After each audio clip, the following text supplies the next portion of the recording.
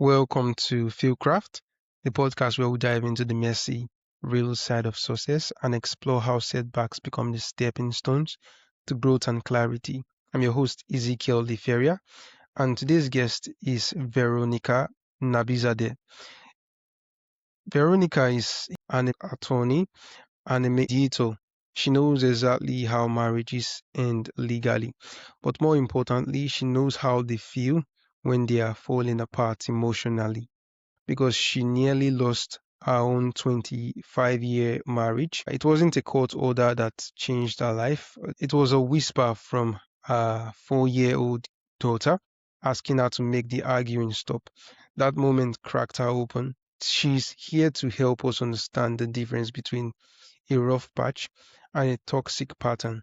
We'll discuss why so many women abandon themselves to keep the peace, how to handle a partner who refuses therapy, and how to find clarity when your heart is breaking. So, Veronica, it's great to have you on the show today. Welcome to FieldCraft. Thank you, Ezekiel. It's so good to be here.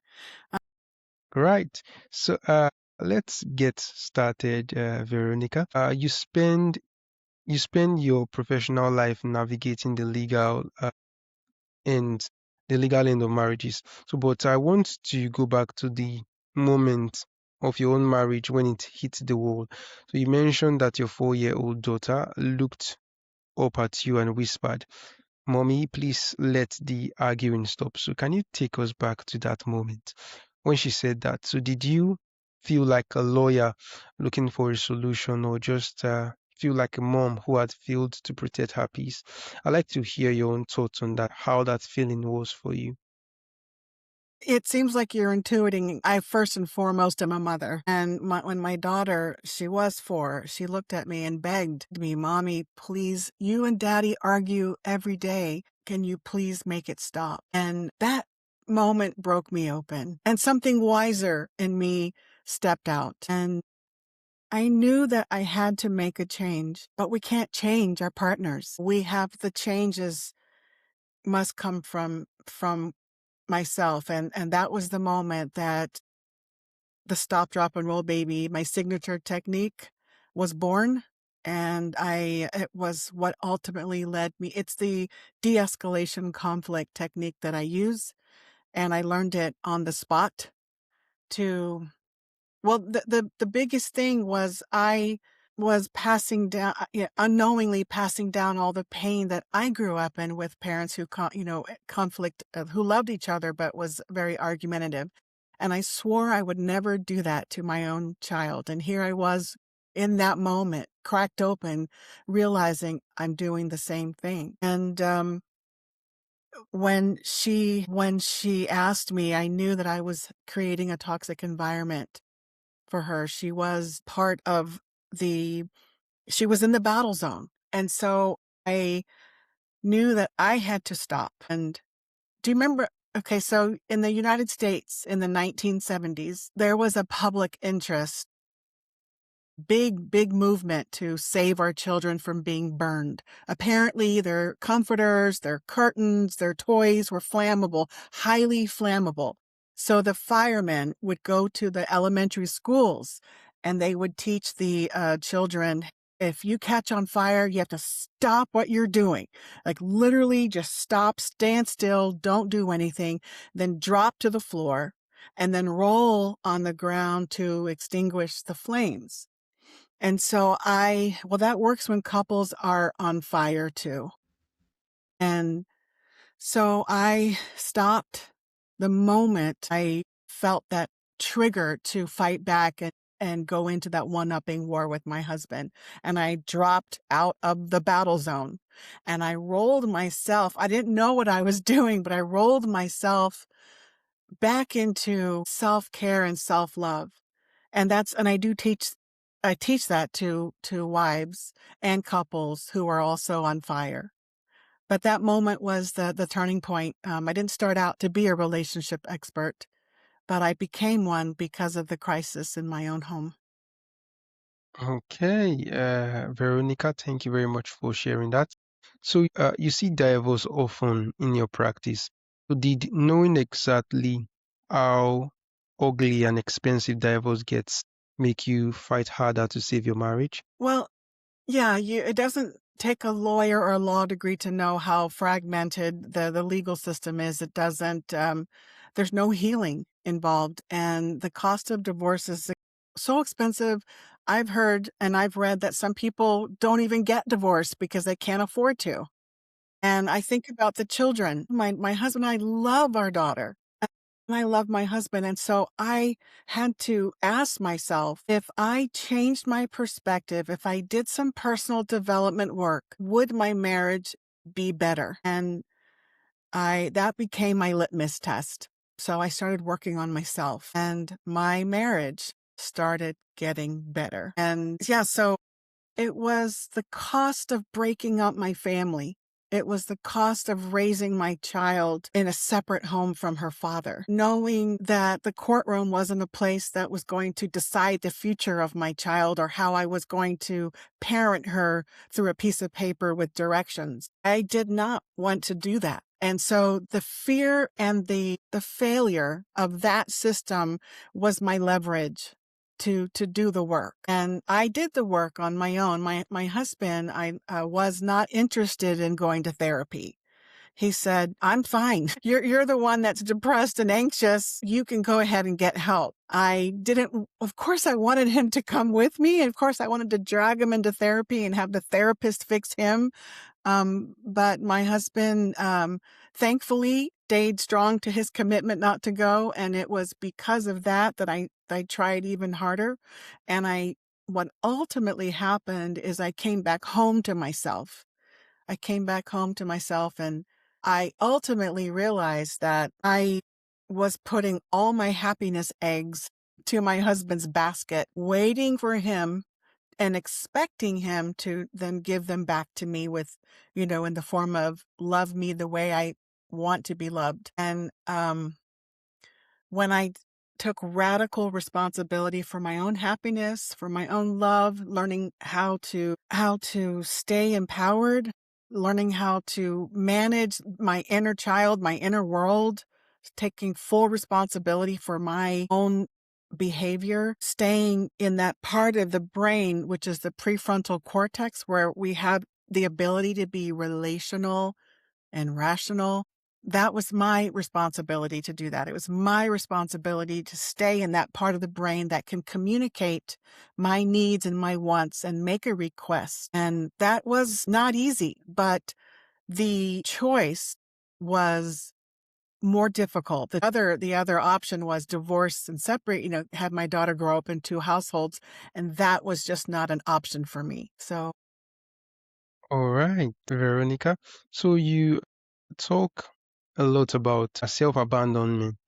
So that's quite a heavy term. So I'd like to know, what does that actually look like on a random night?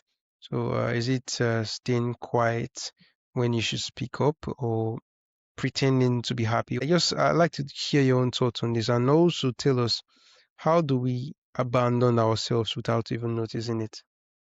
so easy. I It's the expectation that our partners should be a certain way so that we could feel okay. It's when we outsource our happiness to our partners. It's an unknowing way to victimize ourselves, to disconnect ourselves from our truth. And I was so good at doing that. I was raised to wait and expect. And I basically, what I did is I gave my husband all of my self-care and self-love needs. I would do everything for him, expecting him to, you know, without telling him what I needed, I was expecting him to give it back to me. And then when he didn't, I did not know how to speak up and advocate for my needs, because I learned early on, like most of us do, do you remember like when you were young and you asked for, "Yeah, I want this, mom or dad," and you got maybe a disdainful look, or you got corrected that you shouldn't be asking for that. We learned early on that when we asked for something, it wasn't safe. Most of us do Mm. that. And so I did not know how to ask for my needs to be met. So self-abandonment is so slippery. You don't ask for what you want. So everything is almost like an indirect control operation. And I didn't know that I was indirectly trying to control the outcome of our marriage because I wasn't aware that I was doing it. I just knew it was subconsciously, I knew it was, or unconsciously, I knew it was not safe to ask for what I wanted. Told me, don't be a wife that complains, be a good wife. So I did everything indirectly, which is one big way to abandon yourself. It's ultimately just outsourcing your happiness and your love and your connection to somebody else and expecting it to return. All right. So, Veronica, you wrote a book for women whose husbands refuse therapy. Most people would feel like if one person quits trying, then that marriage will most likely fail. Some people might think that. So, is there a way for the wife to change the dynamic all by herself? Then I'm living proof that it can be done. Every time I would stop, drop, and roll, and Mm, I wasn't successful every time I did it, but I would remember my daughter's plea and I would pick myself back up and stop, drop, and roll again. And every time I stopped, or, I did my stop, drop, and roll, our arguing stopped because it takes two to argue. I'm still practicing that in my own marriage, but what I noticed is the arguing stopped. And there was a time where the arguing stops, so there's more peace. And also, every time I rolled back into self-love. I rolled back into self-care, and self-love and self-care are different things. In that roll moment with myself, I would ask myself, okay, body, what do you need? And if I had these heavy emotions like anger and rage, okay, I need to go for a walk. Let those emotions run their course without feeding the story. Do I need a nap? Do I need a drink? And I would just self-care my physical person. And the self-love comes with presence. Can I hold myself in warm and loving regard while I'm having this hatred? Marital hatred is real. And so can I hold myself in loving regard while my body is containing this rage, this anger, this hatred? Yes. And so the more I stopped, drop, and rolled, I came home to myself. More peace was in my family. And subsequently, I learned how to stay in my prefrontal cortex. I learned boundaries and I would come back completely resourced. Resource meaning I came back level-headed. Hey, honey, can I talk to you a minute? This is what happened right now wasn't really, didn't resonate with me. When you mm. talk to me in this way, could you talk a little differently? And this is what I'd like to have. So I learned how to communicate from the peaceful mind. And that was really important because then my husband, he wasn't just ready to fight, and his defensive wall, he felt the peace. I come in peace. So it, my regulated nervous system eventually co-regulated our nervous system. So he began to trust me. He began to trust that I wasn't going to be this angry, crying wife, expecting him to fulfill my self-care needs. And he began to listen, and our marriage softened. So yes, I'm living proof. Now we're going to be married in February, 26 years, and he has started to go to therapy. But even if he hadn't, the peace and the, the space that occurs within our marriage, the responsibility to take care of our inner, I learned what it feels like in my body when I get activated. And it wasn't my husband's responsibility to take care of that. It was mine. It was my responsibility to take care of my experience in my world. So stop, drop, and roll helped me with that. And now it's a common thing that my whole family talks about we all stop, drop, and roll. I have a my daughter's 15 years old now. And so we talk about stop, drop, and roll, and we give each other space. Okay, Veronica. So, for the listener right now who is sitting in her car in the driveway, dreading going inside because she doesn't have the energy for another fight. So, tell us what's the first small thing she can do to protect her peace? I'll tell you, the first thing she can do is take 3 long breaths just to get out of her mind and into her body. And I would ask her to learn about the 7 relationship saboteurs. And I have a blog on my website that specializes just in what those relationship saboteurs are. There's 7 of them. And Mm, I learned about these so to learn about those relationship saboteurs, learn what they look like, learn why they're used, and learn about the part of you who uses them. And I would tell her to also read my Stop, Drop, and Roll Baby blog, how to stop, drop, and roll with your husband, and learn to take responsibility for her side of the street and and to stay in that part of her brain and that part, that is wanting to be relational and and rational. So I would arm her with those tools. And just so she knows, there's the 7 relationship saboteurs. I'll name them right now, and I'll tell you how I learned about them, and I'll tell you why they're so important to know about. The 7 relationship saboteurs are used from that part of us that's been hurt, and it's designed to protect us. So you can call it the dysfunctional ego, or you can call it the pain body. There's people call it different names, but that's that part of us that has collected every bit of trauma, every bit of hurt, every bit of pain, and its whole job is designed to self-protect us. And that part of us uses those 7 relationship saboteurs. And when you know what those saboteurs are, you don't you're no longer victimized by them. You no longer get angry when they're used. You can stay present. You can stay in control of yourself, and you give space. So I learned about Terry Real, who is an internationally known family and relationship therapist. He calls them 5 losing strategies. And I could not understand why you would call them losing strategies.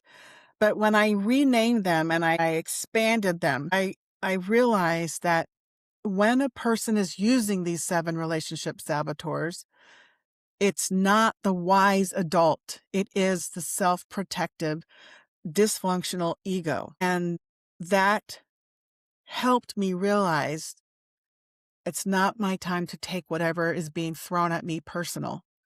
It's not that it's not the truth. The pain body, the dysfunctional ego, they don't talk in truth. So I learned these 7 relationship saboteurs, and that's being right. One. The second one is being defensive. The third one is being controlling. The fourth mm, one, blaming, shaming, judging. The fifth one is retaliating. And that was the sixth one. The seventh one is unbridled self-expression. So when either partner is using one of those, that's when you say, okay, they're no longer present. Their dysfunctional ego is in self-protection. They're triggered, and whatever comes out of their mouth is not my truth. So I'm going to back away, stop, drop, and roll, give space to the relationship. And so I would tell this woman, read that blog. There's about maybe 14 blogs each. There's 7 relationship saboteurs, and there's 2 blogs per saboteur. And then I would ask her to read my stop, drop, and roll, so she could stop, drop, and roll with those 7 relationship saboteurs, because she's exhausted, because she's taking the bait. She's taking it personal. And when she goes back home to herself and she does the self-care and does the self-love, she'll learn more about herself. So that's the advice I have to give her. Take some breaths, learn about those relationship saboteurs. Don't take them personal, because they're not the truth. They're just used by an activated nervous system. And reclaim your sovereignty. All right, Veronica, that was a really powerful piece of advice there. Thank you very much for sharing. So, I have a personal question for you. So, after seeing the legal side and navigating the emotional side of rebuilding a marriage, I'd like to know, what does being successful truly mean to you now? What is my definition of success look like based on what I know about the legal system and what I've known just as a woman who knows the legal system, who knows how to mediate and knows how to regulate? Yeah. Success to me is knowing that my thoughts are not who I am. They happen to me. It's a product of my beautiful mind, and my feelings are what I get to experience. The low feelings, the high feelings, but they are not me. I am the driver of my car. My car is my body, and it's my responsibility to take care of it. And so operating in that state of awareness, being connected to myself and being a really good role model for my daughter is success to me.